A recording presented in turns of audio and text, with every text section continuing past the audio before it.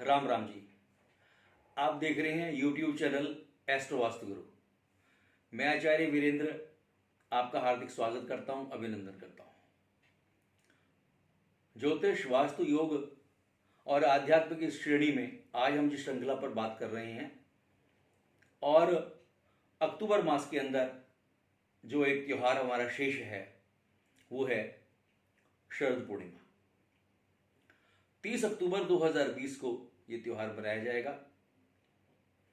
और इस मास की आश्विन मास की पूर्णमासी इस दिन ये त्योहार ये मनाया जाएगा। शरद पूर्णिमा को कुमार पूर्णिमा भी कहते हैं, कोजागर पूर्णिमा भी कहते हैं और रास पूर्णिमा भी कहते हैं। वैसे तो पूरे वर्ष भर में 12 पूर्णमासियां आती हैं, किंतु आश्विन मास की जो पूर्णमासी है यह वास्तव में सबसे अलग, सबसे अद्भुत, सबसे सुंदर, सबसे ज्यादा ओजस्वी और सबसे ज्यादा चंद्रमा की विशेषताओं को देने वाली है। कहते हैं इस दिन चंद्रमा अपनी 16 कलाओं से संपूर्ण होता है। भगवान कृष्ण भी अपनी 16,000 गोपिकाओं के साथ जब रास करते थे तो केवल इसी पूर्णिमासी के दिन, जिसको हम शरद पूर्णिमा भी कहते हैं। आश्विन मास इस दिन समाप्त हो जाता है और इसके अगले दिन से कार्तिक का महीना ये शुरू हो जाता है। शरद पूर्णिमा जो है यह वास्तव में प्रेम का प्रतीक है।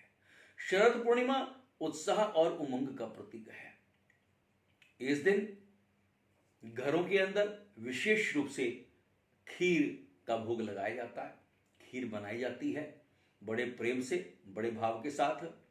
और रात्रि को कहते हैं उसको चंद्रमा की रोशनी में, क्योंकि चंद्रमा इस दिन, क्योंकि 16 कलाओं संपूर्ण होता है और इस दिन चंद्रमा में से केवल चांदनी नहीं बरसती, उस दिन उस चंद्रमा में से अमृत बरसता है।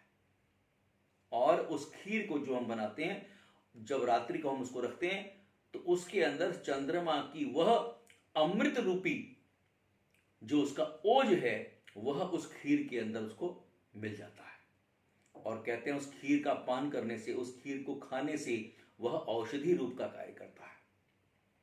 और भगवान कृष्ण ने भी क्या कहा है, पुष्पाणि औषधि सर्वः सोम भूत्वा रसात्मक।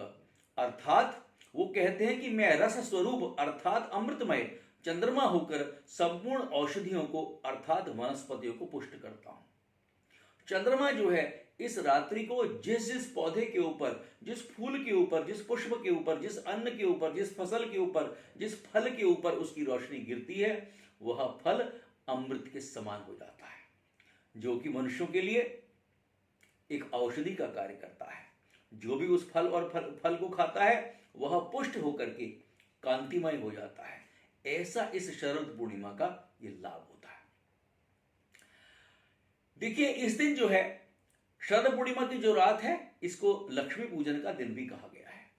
धन संपत्ति, अगर आपके परिवार में धन संपत्ति की समस्याएं हैं, आर्थिक स्थिति ठीक नहीं है, तो शरद पूर्णिमा की रात को मां लक्ष्मी का भी हमें जाप जो है वो करना चाहिए।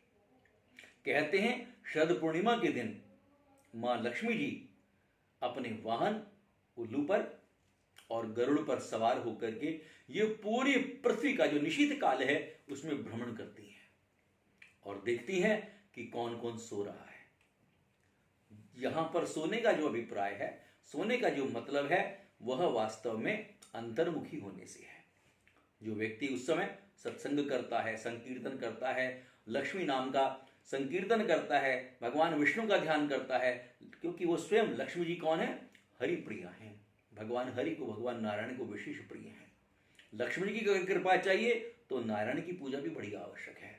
इसलिए शरद पूर्णिमा की रात को विष्णु सहस्त्र नाम का पाठ करना चाहिए। पूजा से पहले षोडोपचार विधि से पूजा करनी चाहिए। श्री सूक्त का पाठ करें, कनक धारा स्तोत्र करें, विष्णु सहस्त्र नाम का जो है जाप करें, पाठ करें। और इसके अलावा अगर हम गजेंद्र मोक्ष ये हम पाठ कर सकें तो सोने में सुहागा है। कितना भी हो सके सरलता पूर्वक हम जितना भी कर पाएं रात्रि को भगवान के नाम का संकीर्तन करें, जाप करें। तो शरद पूर्णिमा का जो लाभ है यह हमें मिलता है। शरद पूर्णिमा जो है ये 30 अक्टूबर शाम को 5:47 से प्रारंभ होगी और 31 अक्टूबर रात्रि को 20:21 यानी 8:21 तक है। 30 अक्टूबर 5:47 सायंकाल से प्रारंभ होगी और ये 31 अक्टूबर को है। लेकिन जो शरद पूर्णिमा है वो हम 30 अक्टूबर को ही ये मना रहे हैं। ऐसी स्त्रियां जिनका विवाह नहीं हो पा रहा है, कुंवारी कन्याएं हैं, वह भी इस व्रत को रख सकती हैं। शरद पूर्णिमा के अंदर जो प्रसाद है, खीर का भोग है, उसको खाएं और भगवान से, श्री हरि से प्रार्थना करें, लक्ष्मी जी से प्रार्थना करें, भगवान शिव का ध्यान करें कि मुझे जो है वह सुयोग्य वर मुझे मिले। ऐसी हम प्रार्थना जो है ये कर सकते हैं। यह जो शरद पूर्णिमा है वास्तव में अन्य पूर्णिमा से अलग है। इस दिन जैसा मैंने आपको बताया है, इस प्रकार से हम माता लक्ष्मी जी का भी पूजन करें, भगवान का ध्यान करें, संकीर्तन करें, खीर जरूर बनाएं और भगवान को खीर का भोग लगा करके स्वयं भी उस प्रसाद को जो है वो हम ग्रहण करें। इस वीडियो को आप ज़्यादा से ज़्यादा संख्या के अंदर आप शेयर करें, लाइक करें और सब्सक्राइब करें। बेल आइकन ज़रूर बताएं ताकि जो बहु उपयोगी जानकारियां हैं वो आपको समय से मिलती रहें। नमस्कार, राम राम जी।